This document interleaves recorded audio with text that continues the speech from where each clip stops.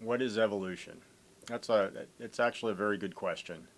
There's really two ways, I guess, to look at evolution. One is simply as a story, history, not a fable, but history of life, much as you'd study American or European history. To me, evolution foremost is a process. It's a series of mechanisms by which change is accomplished through time. Evolution can be described in many ways. I think one of the most useful definitions is to describe it as a change in the gene pool of an organism. In other words, some genes, some characteristics are becoming more common, others perhaps becoming less common. I heard a lecture in the early 1970s by Dr. Duane Gish, a famous creationist debater, and that, to me, it was so obvious that evolution was bankrupt scientifically as well as scripturally. God is very clear in His Word that He made things. He made them in 6 days, and all of our Christian doctrines come directly or indirectly from that. When we opened the Creation Museum almost 2 years ago, first and foremost, we wanted it to be educational, to teach people that the Bible can be trusted, but we also wanted it to be entertaining, because most science museums are rather stuffy and boring, and there's a lot of text on the walls in the corridors to read, and we wanted to make sure our museum would be high-tech, using a lot of videos, recognizing that young people are not going to stand and read a lot of words on a wall, but they would watch a 2 to 3 minute video. Even our detractors admit that the museum is very effective in communicating our messages, that the Bible is true and the gospel message is likewise true. Evolutionists sometimes misrepresent what it is that creationists teach. They'll say, well, the Bible teaches that God created all the kinds of organisms exactly as we see them today. Well, the Bible really doesn't teach that. It teaches that God created certain kinds. And so we would expect, biblically, that there would be variation within the kinds. I'm not exactly the same as Adam and Eve. I'm a little bit different than they were, and therefore, logically, we would expect that there would be variations within the animal kinds as well. And so we do expect to see changes within kinds. Now, I wouldn't call that evolution. Some people would call that evolution because they say, well, things have changed. But it's certainly not evolution in a molecules to man sense. It's a different kind of change.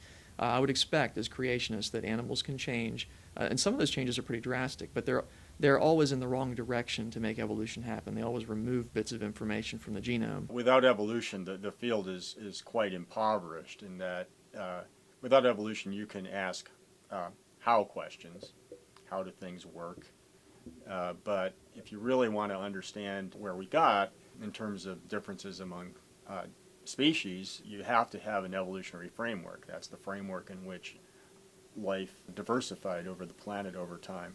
It's very easy to describe the project, I think, of what is sometimes called young earth creationists. These are people who take the biblical account very literally, perhaps even to the extent of thinking when Genesis talks about God creating the world in 6 days and the seventh day He rests, they think that means 7 consecutive 24-hour days.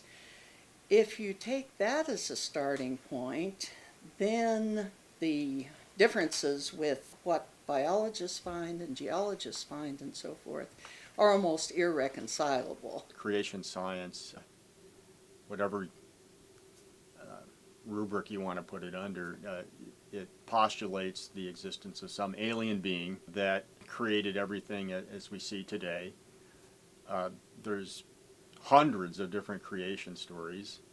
As far as any of us have ever been able to figure out, that there's no way of falsifying a creation story. There are aspects of creation that are unfalsifiable, but I would argue that since when has falsifiability become the standard, the only standard of truth? There are things that are true that are not falsifiable. I think a better word probably to use is testable, because falsifiable leads people kind of down a funny path. Why should it be testable? Well, so we can find out whether it's true or whether it's false. That's pretty common sense. If you have an idea and there's no way of testing it to be right or wrong, then it can't be a powerful idea. It may be right, it may be wrong. If it's not testable, you can't tell, and it's a useless idea. I would argue again, if there's a God, why would He use something like survival of the fittest, of animals killing each other over millions and millions of years to bring about higher forms of life? If God is all-powerful, and I would submit all-loving, why would He use a process like that? Is evolution just natural selection? I mean, it's interesting. This is the year of Darwin, right? It's the bicentennial of his birth, and it's been, 150 years since he published The Origin. So the celebration seems to have largely been about natural selection, which Darwin was a great guy, but in some sense this is quite unfortunate because I think the general public believes that that's what evolution is, natural selection. That's the only evolutionary force. But we know and have known for a long time that natural selection is just one of the major forces of evolution. In addition to the philosophical problems with evolution, there are also a number of specific evidences that I would argue are rather difficult for an evolutionist to make sense of. The field of evolutionary biology has never been stronger than it is today. This is an amazing time to be an evolutionary biologist. Just think of it, within my lifetime we discovered the structure of DNA. Well, I'll defer there to a famous biologist named Dobzhansky. And he famously said, "Nothing in biology makes sense except in the light of evolution." So it's absolutely central to biology. On this bench, we have the U4BAC group.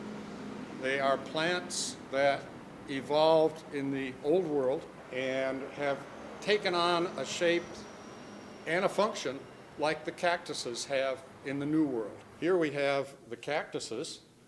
If you look at them, something like this cactus could hardly be distinguished from a euphorb. And if you look at flower structure and other kinds of things, they clearly are not closely related plants.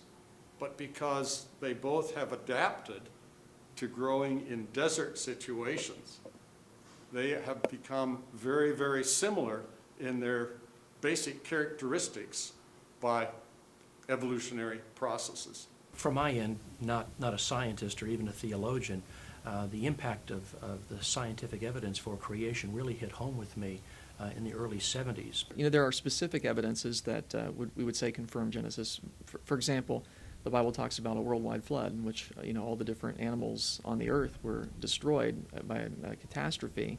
And we would expect, therefore, to find billions of dead things buried in rock layers laid down by water all over the earth. And that's exactly what we do find. They're called fossils, and we find them all over the world, even on the highest mountaintops. And so that's a confirmation that there really was a biblical flood. It's a confirmation that the earth really was, at one point, entirely underwater.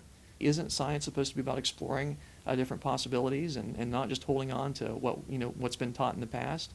I mean, it seems to me that just about every major scientific discovery that's ever been made has gone against what the mainstream position was at the time. Otherwise, it wouldn't have been a discovery. It would have been a confirmation of what we already know. Many scientists live for the possibility of dismantling an existing framework. So it's not that various ideas in science aren't under constant challenge by members of the community. This is, in fact, day-to-day operations of science.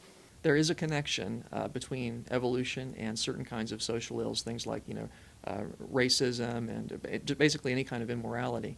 And the reason for that is because morality really stems from a biblical creation worldview. And so if you deny biblical creation, there really isn't any basis for any morality at all. But if, on the other hand, we're just rearranged pond scum, why not do what you want? Get rid of spare cats, get rid of spare kids. Why not abort babies in an evolutionary universe? Why not be a racist? We're very careful in the Creation Museum and in our publications and our radio program not to say that evolution causes things like racism, increased abortion, gay marriage. But when you think about it, if people have an evolutionary belief system that we're here just as an accident in the universe and there's no right or wrong from this naturalistic universe, then people can justify all sorts of behavior. Well, there obviously is a conflict in many people's minds, but I think we have to realize it's not an either-or situation. It's not just a creationist and a God type thing versus a totally atheistic evolutionist point of view. In fact, I have friends and acquaintances that I could put on a spectrum between those two extremes where more or less of the evolution is accepted as fact, and a sense of God also represents our spiritual nature, which perhaps has evolved. I think the whole business is misconstrued.